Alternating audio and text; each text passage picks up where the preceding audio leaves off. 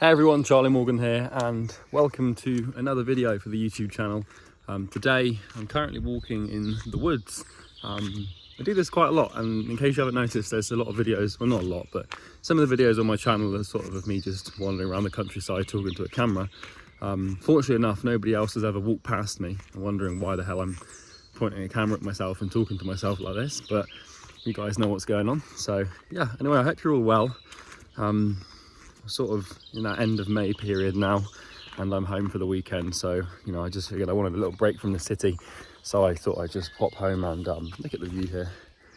I mean, it's I'm well aware that the UK has like really nice countryside. There are other countries that, like, you know, have more beautiful countryside and stuff, but you know, there's something about that.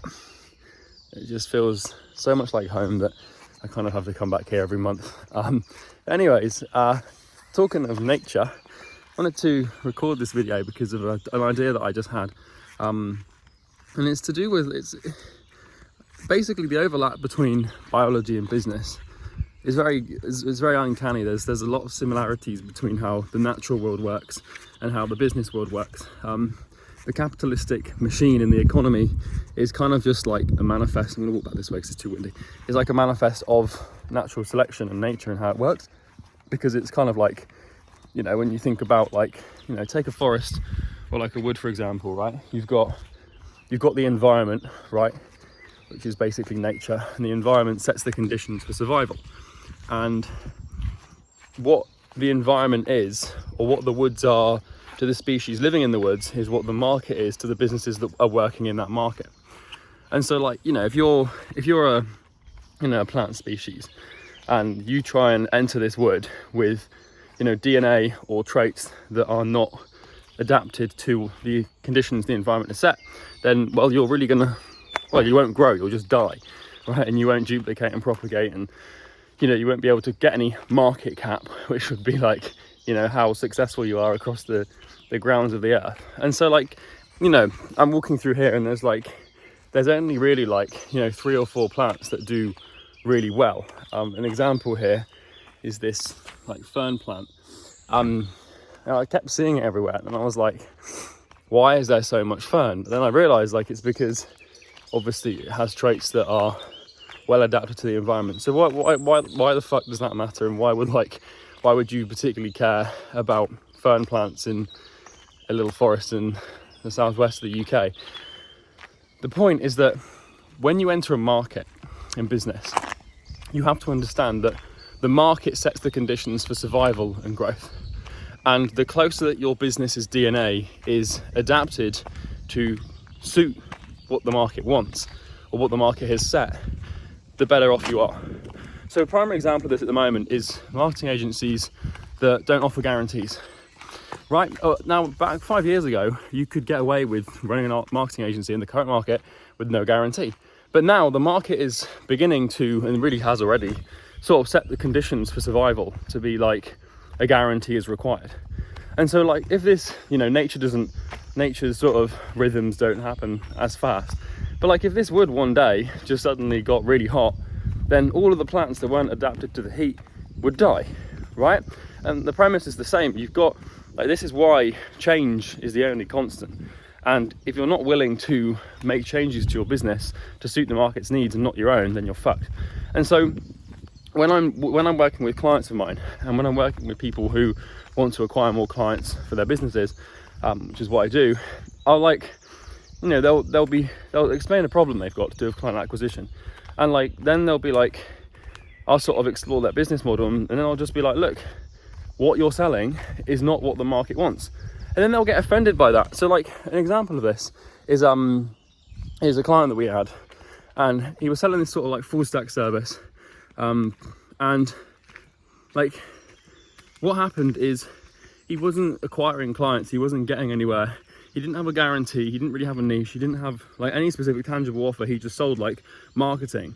Then he was like, Charlie, I can't get clients. And I was like, dude, like, the reason you can't get clients is because clients don't want what you're selling. And he's like, yeah, but I've been doing this for 25 years and like clients have always wanted what I've sold and I've always been able to get clients. And I was like, yeah, but that's now. Right, we're not 25 years ago, we're not even last year, we're in this year. And sometimes when I tell clients like the harsh truth of like what the market wants, And then they're like, oh, you can't tell me to do that. Like, I'm like, dude, I'm not telling you what I want you to do. I'm telling you what the market wants you to do.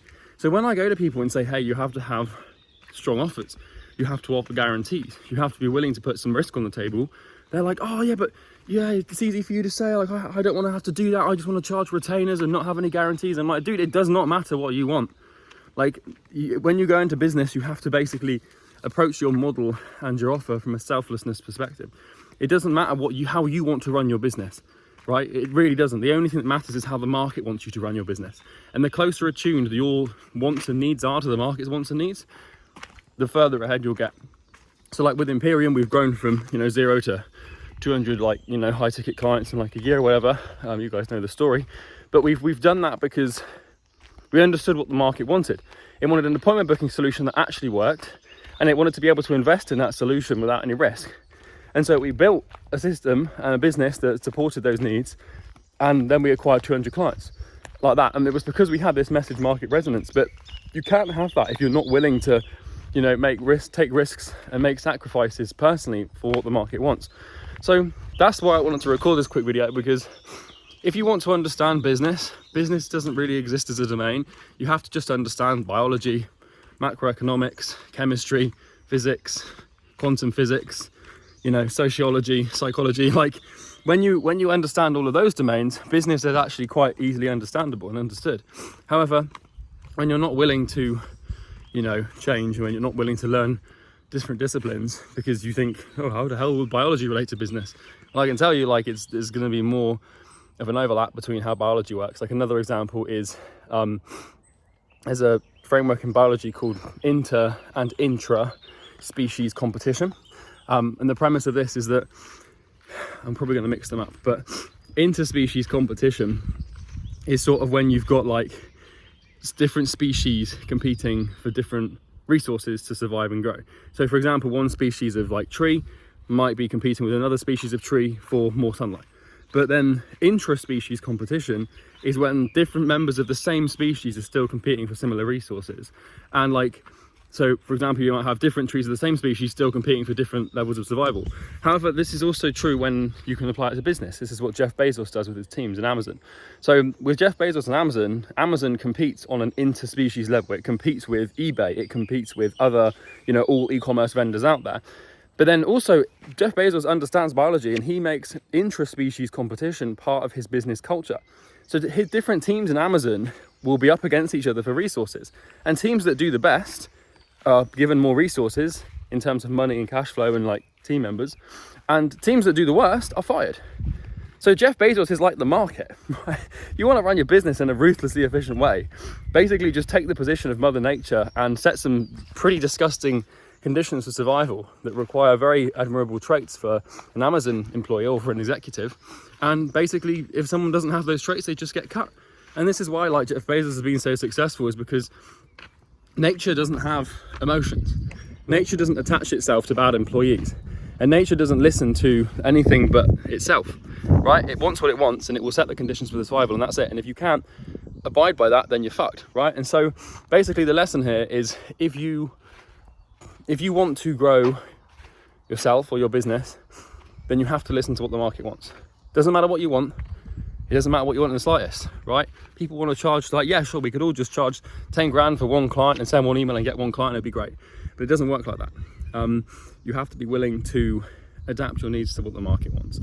And if you can't do that, then you will not survive, and you'll be like, you're basically, that's just extinction, right, in biological terms. But I'm seeing this happening with a lot of different businesses. A lot of web design agencies, a lot of SEO agencies are going out of business because the market doesn't need websites.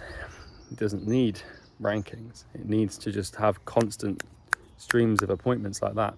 And if you're wondering, well, Charlie, how can you say SEO and web design agencies are going out of business? Well, let's say you've got the market, right? And you've got one person in that market, a business that needs more clients. Who are they going to buy from? Someone who does a website and SEO that takes 6 months to kick in with no guarantee? Or someone that says, hey, I'll build you a funnel and I'll give you instant leads and you can pay me per appointment booked and that you can get an appointment within the next week? Who's the market going to pick? It's pretty obvious, right? So if you feel like you're not able, if you feel like it's basically, if your business feels hard to acquire clients and run, it's because what you're doing is out of alignment with what the market wants. Either that or you haven't given it enough time. You don't really know if what you have is within the market's alignment for really 3, 6, 12 months. But if you've been running the thing for like years and you're still struggling, then you just need to fundamentally think like, what am I doing wrong? Like, and that's the honest thing, is it's like, it's not really what you're doing wrong, it's just what you're doing that is out of alignment with nature and the market. So if you want to understand business, just understand natural selection. It will teach you more about business and how to run one than any course. So that's everything from me. If you enjoyed the video, just subscribe, like it, and also if you have anything to add or disagree, comment, because I'm always open to being proven wrong. But in this case, I think I'm right. I could be wrong, who knows? But anyway, talk to you soon. Have a good day.